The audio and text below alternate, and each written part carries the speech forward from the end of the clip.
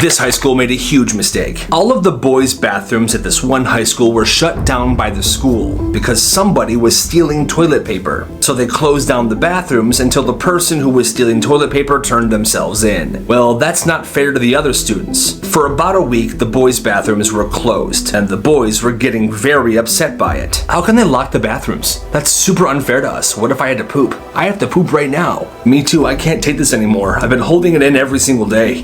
It can't be good for me. Boys, I have an idea. Everyone here holding your poops. After lunch, at exactly 1:15 p.m., stand on your desks and take a dump right there. If we all do it, we can't get in trouble. Spread the word. The second the clock hit 1:15, this is what happened.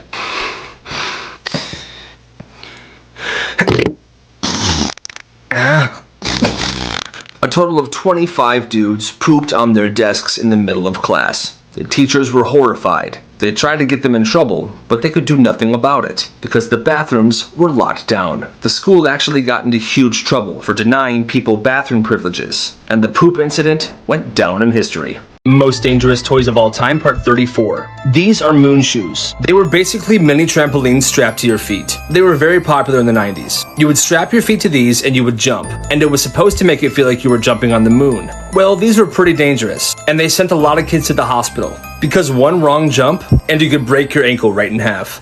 Exposing arcade games, part 9. So I've told you in previous videos the best way to win the stacker game, but now I'm going to show you a hack to do once you've won it. So after you've won a minor prize or major prize and you're about to select the prize you want, go to the prize and then press select and continue at the same time and then hold continue down. You will get every single prize in that row.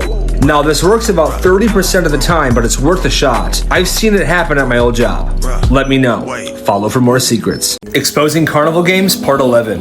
I'm going to give you a tip to help you win the hard or the rigged games at a carnival. Most carnies usually show you how it's done before you play, but they use their own equipment. And it's different from the ones that they let you use. It was the same way where I worked. So what you do is you ask the carny before you play, hey, can I use the ball that you just used, or can I use the rings that you're using? Because those make the games a lot easier. And most times they'll say yes. Follow for more secrets. Craziest things found in food, part 6. A Florida man was grilling outside with his family when he decided to crack open an ice-cold Pepsi to quench his thirst. After the first sip, he knew something was off. He said it was the grossest thing he's ever tasted, so he dumped out the Pepsi, and he saw this green goo come out, followed by a large blob. It looked like a dead animal that had dissolved in the Pepsi. Unsure of what to do, he sent it over to the FDA. The FDA did tests. Turns out it was a dead frog. Black markets kids ran in their schools. When this kid was in middle school, he would make these things all the time. They were called paper wasps. These folded pieces of paper you put in a rubber band and you shoot them at people. Well, this kid would occasionally sneak up on his friends and attack them with his paper wasps. And yes, they hurt very bad. But nobody ever got back at him because for some reason, his paper wasps were far superior than anybody else's. So this kid got an idea. He started making tons and tons of paper wasps. His secret in making his paper wasps was using the right amount of paper. And after it was done and folded, he would staple the tip. The staple was used solely to increase pain on impact. Well, business was absolutely booming. The kid was pretty much an arms dealer at his school. Eventually, because of his business, full-blown battles were happening throughout the school day every single day. He was eventually shut down, but in total, he made over $400. Genius ways people cheated on a test. This dude said that when he was in high school, one of his buddies stole the final exam out of the teacher's desk when she wasn't looking. That day, they took the test home and used the textbook to fill all of the answers in. Since the test was multiple choice, this kid decided to make coded keychains with colored beads on it. The test was 50 questions long, so the keychain had 50 beads on it. A red bead was A, a blue bead was B, yellow was C, and green was D. It would start with the first bead on the top as question 1 and go down from there. He then attached that keychain to his car keys and just left his keys on top of his desk as he took the test. The best part was the teacher complimented that keychain as she was passing the test out. He said, "Thanks, my little sister made it." She thought that was so sweet, but the truth is that kid did not have a little sister.